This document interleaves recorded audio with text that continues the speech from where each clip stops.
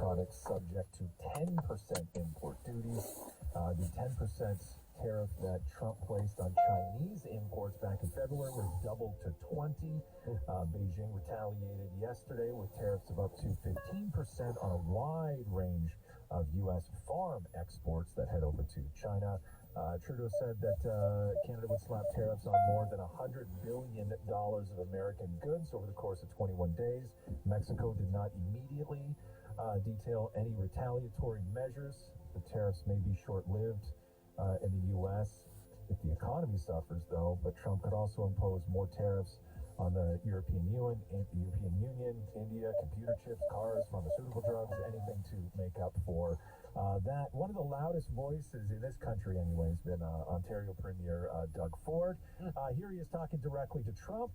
You know, to the president, I'm a different type of cat. I'll fight tooth and nail. I'm not going to roll over and get annihilated.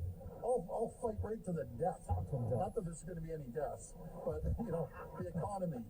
I will go on. He has no idea. He has absolutely no idea. You talk to him, Doug. You tell him. You tell him. You're not a different type of cat. You know, to the president, I'm a different type of cat. Yo, you gonna take that, Trump? You gonna take that from someone who says, You know, to the president, I'm a different type of cat. Warren Buffett, one of the world's most legendary investors, was asked his opinion on tariffs and how they'll affect the economy. And he described tariffs as an act of war to some degree. Here is more from Doug Ford. I'm going after absolutely everything, and I don't want to.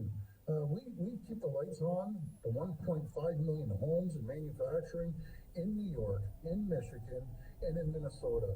If he wants to destroy our economy and our families, I will shut down the electricity going down to the U.S. And I'm telling you, we will do it. It's unfortunate. I would rather ship you more electricity, ship you more critical minerals. I want to ship you more energy, more potash to keep your farmers going, and uranium that you use for your nuclear power.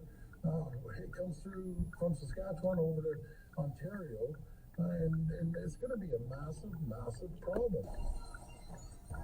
and why is that, Doug? You know, to the president, I'm a different type of cat.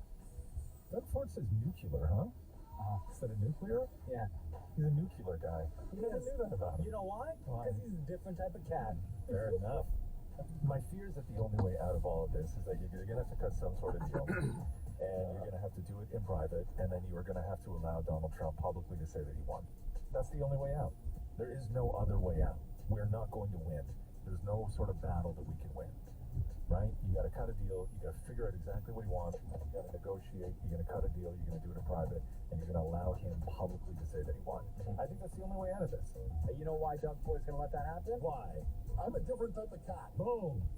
Meow, meow. Come at me, son. When you stub your toe or like your funny bone or anything like that, do you swear immediately after? Oh, and every time. And does swearing help with the pain? No, It does not. but immediately it makes me feel better because I acknowledge the pain is there. Well, listen to this. When it comes to swearing, researchers say that it's something that we all share, and it's actually kind of magical. It holds a magic power over us in societies, but also how we deal with things. One of the things is an increase in pain tolerance. They say swearing is a drug-free, calorie-neutral, cost-free means of self-help. Researchers are working to understand the mechanisms underlying swearing's impact in a number of circumstances with a major focus on pain. With them acknowledging, they say swearing can be more effectively used in a clinical setting. So you may be prescribed swearing.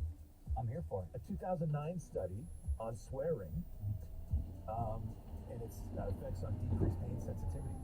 Subjects were asked to participate in a cold presser task in which they held their hands in ice water for as long as they possibly could, repeating either a swear word or a non-swear word. And swearing was associated with not only increased pain tolerance, but also a decrease in perceived pain.